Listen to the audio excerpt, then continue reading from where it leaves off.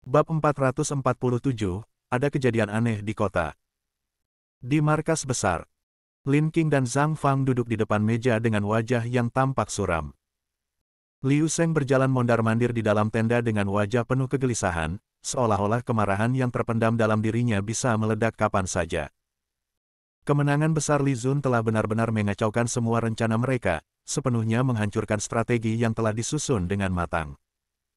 Sekarang, di dalam militer, berita tentang kehebatan Li Zun menyebar semakin luas. Yang lebih memprihatinkan, banyak prajurit mulai mengidolakan Li Zun, bahkan sampai tingkat yang melampaui Lin Qing. Di masa lalu, Lin Qing adalah yang paling dihormati, tetapi sejak peristiwa balapan kuda, Li Zun dengan satu kuda yang berlari 3 kali dan menang, telah sepenuhnya mengalahkan Lin Qing. Mata para prajurit adalah yang paling tajam, dan ketika dibandingkan, siapa yang lebih kuat menjadi jelas. Siapa yang harus mereka hormati? Tidak perlu banyak kata. Pasti ada seseorang di dalam militer yang memimpin untuk menyebarkan kabar baik tentang dia, jika tidak, tidak mungkin begitu banyak prajurit yang membicarakannya dengan begitu semangat. Liu Sheng akhirnya tidak bisa menahan diri lagi dan berbicara dengan marah. Lin Qing dan Zhang Fang tidak mengatakan apa-apa. Mereka bukan orang bodoh, tentu saja mereka tahu. Ada seseorang di dalam militer yang memimpin penyebaran kabar baik tentang Li Zun, bahkan mengarahkan pembicaraan ke arah pengambilan alih kekuasaan militer. Ini jelas merupakan ulah seseorang. Dan orang yang melakukan ini, tidak perlu diselidiki lagi, sudah jelas siapa. Adalah Ji Zongqing, sang Perdana Menteri. Ini berarti bahwa berita yang mereka dapatkan sebelumnya benar, Li Zun memang datang untuk mengambil alih kekuasaan militer. Tindakan Ji Zongqing sudah menjelaskan semuanya. Oleh karena itu, ketiganya merasa sangat sulit dan bingung. Ini mungkin adalah kehendak Kaisar. Kaisar ingin Li Zun mengambil alih kekuasaan militer, bahkan mungkin membawa surat perintah kerajaan. Lalu bagaimana nanti? Saat ini, meskipun Li Zun belum sepenuhnya mendapatkan hati para prajurit, setidaknya penolakan mereka terhadapnya tidak sekuat sebelumnya, bahkan beberapa pengecut sudah mulai berpikir bahwa Li Zun mengambil alih kekuasaan militer bukanlah ide yang buruk. Jenderal Besar menyerahkan kekuasaan militer kepada kita bertiga sebelum pergi. Jika kekuasaan militer ini direbut saat berada di tangan kita, kita tidak bisa menghindari tanggung jawab ini. Zhang Fang berkata dengan suara berat. Dia merasa sangat tidak nyaman. Namun, kepercayaan prajurit terhadap Li Zun jauh melampaui sebelumnya, dan dia tidak tahu bagaimana ini bisa terjadi. Li Zun hanya melakukan beberapa hal kecil, mengapa bisa mendapatkan hati orang begitu mudah? Ini benar-benar sulit dipahami. Sampai pada titik ini, kita harus membuat rencana baru. Jika surat perintah kerajaan benar-benar keluar, kita bertiga harus memutuskan apakah akan patuh atau tidak. Lin Qing berkata dengan sedih, tampak putus asa. Segalanya telah lepas dari kendalinya dengan cara yang aneh, kepercayaan prajurit tiba-tiba beralih ke Li Zun, membuatnya terkejut. Liu Sheng dengan marah berkata, bagaimanapun juga, aku tidak akan setuju. Kekuasaan militer ini milik jenderal besar, tidak ada yang bisa merebutnya. Bahkan Kaisar pun tidak bisa. Dinasti Wu memiliki 2 jenderal besar, dengan Pangeran Penjaga Utara sebagai yang utama. Dia adalah jenderal besar dari seluruh angkatan bersenjata dinasti Wu. Memimpin 300.000 tentara, bahkan tentara yang dipegang oleh Pangeran Yan Zhao Jingchong hanya 18.000, bagaimana bisa dibandingkan dengan Pangeran Penjaga Utara. Namun, jika kekuasaan militer 100.000 tentara ini diambil, maka Pangeran Penjaga Utara hanya setara dengan Pangeran Yan yang kedua, bagaimana bisa ini diterima? Sebelumnya mereka masih memiliki cara, karena Li Zun adalah seorang pecundang, jika dia mengambil alih kekuasaan militer, para prajurit pasti tidak akan setuju, pada akhirnya kekuasaan militer ini akan kembali ke tangan Pangeran Penjaga Utara. Namun sekarang berbeda, kepercayaan prajurit terhadap Li Zun semakin besar, mereka sudah kehilangan kendali. Jenderal Liu, apakah kau ingin menolak perintah kerajaan dan dipenggal? Lin Qing menatap Liu Sheng, menghela nafas dan berkata, jika sampai pada titik itu, kita hanya bisa melihatnya perlahan, semuanya akan diputuskan setelah jenderal besar kembali. Penasihat, apakah kau benar-benar rela? Liu Sheng dengan temperamen yang meledak langsung memarahi dengan wajah merah padam. Liu tua, jangan kurang ajar pada penasihat. Zhang Fang segera menegur. Liu Sheng dengan wajah tidak rela berkata, penasihat, jangan salahkan aku berbicara terus terang, Jenderal Besar mempercayaimu. Sekarang dengan kejadian ini, bagaimana kau akan menjelaskannya kepada Jenderal Besar? Lin Qing menghela nafas panjang dan berkata, aku tidak akan menghindari tanggung jawab, dan tidak akan melibatkan kalian berdua. Zhang Fang segera mencoba meredakan situasi, baiklah, sekarang bukan saatnya untuk saling menyalahkan, mari kita pikirkan bagaimana menghadapinya. Aku yakin surat perintah itu akan segera keluar. Surat Liu Sheng hendak memaki lagi. Namun, teriakan dari luar tenda memotongnya. Lapor. Masuk. Zhang Fang segera berseru. Seorang prajurit segera masuk tenda dan melapor dengan suara keras.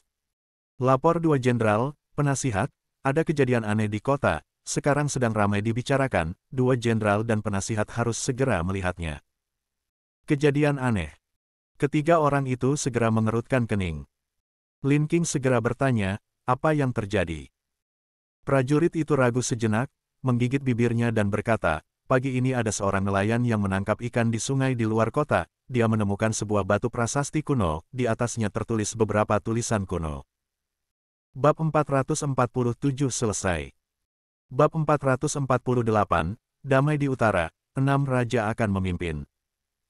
Pagi ini, terjadi kejadian aneh di kota Fenghuo, di mana seorang nelayan menemukan sebuah prasasti kuno saat menangkap ikan di sungai di luar kota. Prasasti itu masih rusak, dengan tulisan kuno yang terukir di atasnya, tulisan yang tidak dikenal oleh siapapun. Sang nelayan sangat terkejut dan segera melaporkannya kepada para prajurit di pintu gerbang kota, yang kemudian membawa prasasti itu ke dalam kota. Beberapa orang tua yang tinggal di kota dipanggil untuk melihatnya, namun hampir tidak ada yang mengenalinya. Akhirnya, seorang pedagang tua yang sedang berkeliling dengan heran berkata, bukankah ini tulisan dari zaman negara kuno dagang? Apakah ini sebuah prasasti kuno dari negara dagang? Prasasti kuno dari zaman negara dagang. Itu sungguh luar biasa. Itu adalah barang antik. Namun sayangnya, meskipun pedagang itu mengenali tulisan dari zaman negara dagang, ia tidak tahu apa yang sebenarnya tertulis di prasasti itu. Kemudian, Ji Zongqing, yang tinggal di dalam kota, dipanggil untuk melihatnya, dan ia terkejut ketika langsung membaca tulisan di atasnya. Damai di utara, 6 raja akan memimpin. Apa artinya ini? Untuk mencapai kedamaian di utara, 6 raja harus menjadi pemimpin. Itu mungkin artinya. Tentu saja, ada juga arti lain. Namun, jika ada seseorang yang tahu sejarah Tiongkok, terutama tentang pemberontakan Chen Sheng dan Wu Guang, mereka pasti akan langsung teringat pada ungkapan terkenal bangkitnya Chu Besar, Chen Sheng menjadi raja. Bukankah ini pola yang sama? Namun, siapa yang tahu? Tidak ada yang tahu sama sekali. Dan setelah ucapan ini tersebar, itu segera menimbulkan kehebohan di dalam kota. Orang-orang terkejut dan mulai bercerita, dan di kota ini masih ada pedagang keliling, mereka akan menyebarkannya ke utara. Jika kita ingin mencapai kedamaian di utara, apakah kita harus membiarkan 6 raja ini menjadi pemimpin? Arti asli kata pemimpin di sini, jika diinterpretasikan sebagai pemimpin tentara, menjadi lebih masuk akal. Maksudnya, jika utara ingin damai, kita memerlukan 6 raja ini untuk memimpin tentara. Lalu 6 raja ini orang atau 6 orang? Atau ada makna lain? 6 raja harusnya adalah seorang individu, namun siapa dia secara spesifik, kita tidak bisa menebak. Ini adalah masalah besar. Apa yang begitu besar tentang ini? Ini hanya omong kosong di atas batu, apa yang begitu menarik? Ini bukanlah batu biasa, tidakkah kamu dengar? Ini adalah prasasti kuno, dan tulisannya adalah tulisan dari negara dagang. Seberapa jauh negara dagang berada di masa lalu, bagaimana ini bisa menjadi omong kosong? Menurut pendapat saya, ini pasti adalah petunjuk dari langit. Petunjuk dari langit. Ya, benar, itu adalah petunjuk dari langit, maksud langit adalah untuk menemukan 6 raja ini untuk memimpin pasukan perbatasan kita. PSS, hati-hati dengan ucapannya. Ya, itu benar, jangan mengkritik hal-hal di dalam militer, itu akan mengganggu stabilitas militer. Itu bisa berakibat fatal. PSS. Kata-kata di atas prasasti ini segera menjadi topik pembicaraan di kota, menyebabkan kehebohan yang tidak terkendali, bahkan dibawa keluar kota oleh para pedagang keliling, baik yang menuju ke utara maupun yang menuju ke selatan. Diperkirakan, kata-kata ini akan tersebar ke seluruh negeri. Saat Lin Qing dan dua orang lainnya tiba di kota, Ji Zongqing sedang mempelajari prasasti itu, dan mereka secara alami mendengar kata-kata di atas prasasti itu selama perjalanan mereka. Wajah mereka tampak sangat serius. Tuan Perdana Menteri. Ketiga orang itu memberi hormat. Namun mereka sangat jelas bahwa meskipun prasasti itu nyata, namun apakah tulisan di atasnya memiliki arti tertentu, itu tidak pasti. Mereka bukan orang bodoh, ketika mereka mendengar bahwa kata-kata itu berasal dari Ji Zongqing, mereka segera memikirkan tentang Li Zun. 6 Raja. Bukankah ini merujuk pada Li Zun? Li Zun adalah putra mahkota ke-6, dan juga diangkat menjadi raja, bukankah itu 6 raja? Namun, mereka tidak berani untuk mempertanyakan Ji Zongqing. Siapa Ji Zongqing? Dia adalah Perdana Menteri Dinasti Wu. Di seluruh negeri, dia adalah seorang Perdana Menteri yang dihormati. Tidak peduli apakah ini urusannya atau tidak, mereka tidak berani untuk mempertanyakan itu. Ketika Ji Zongqing melihat tiga orang itu datang, dia segera berkata, "Dua jenderal, penasihat militer Lin, tidak perlu terlalu sopan. Lihatlah prasasti kuno ini dengan cepat, penemuan tiba-tiba prasasti kuno ini di sini sungguh sangat aneh." Lin Qing dan dua orang lainnya pasti akan melihat-lihat dengan saksama, tetapi selain Lin Qing, kedua orang lainnya adalah orang kasar, mereka tidak mengerti tentang barang-barang kuno. Bahkan Lin Qing sendiri tidak dapat membedakan apakah prasasti itu benar-benar berasal dari masa lalu. Namun, tulisan di atas prasasti itu, menggunakan aksara kuno negara dagang. Aksara kuno negara dagang telah lama hilang, tetapi masih tercatat dalam teks-teks kuno, hampir tidak ada yang mengenal hurufnya dengan pasti, tetapi banyak yang mengetahui bahwa itu adalah aksara kuno negara dagang. Lin Qing, saat masih menjadi bagian dari Akademi Kekaisaran, pernah berurusan dengan buku-buku militer yang ditulis dalam aksara kuno negara dagang. Meskipun tidak bisa membacanya, saat ini ia yakin bahwa itu memang aksara kuno negara dagang. Lin Qing merasa terkejut. Dia tidak menyangka itu benar-benar adalah aksara kuno negara dagang. Kepala klan, apakah tulisan di atas prasasti itu benar-benar seperti itu? Dia tidak bisa menahan diri untuk bertanya.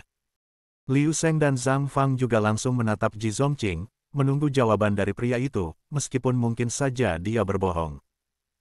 Ji Zongqing mengangguk serius, berkata, "Pada masa lalu, saya telah mempelajari aksara kuno negara dagang, saya mengenalinya sedikit.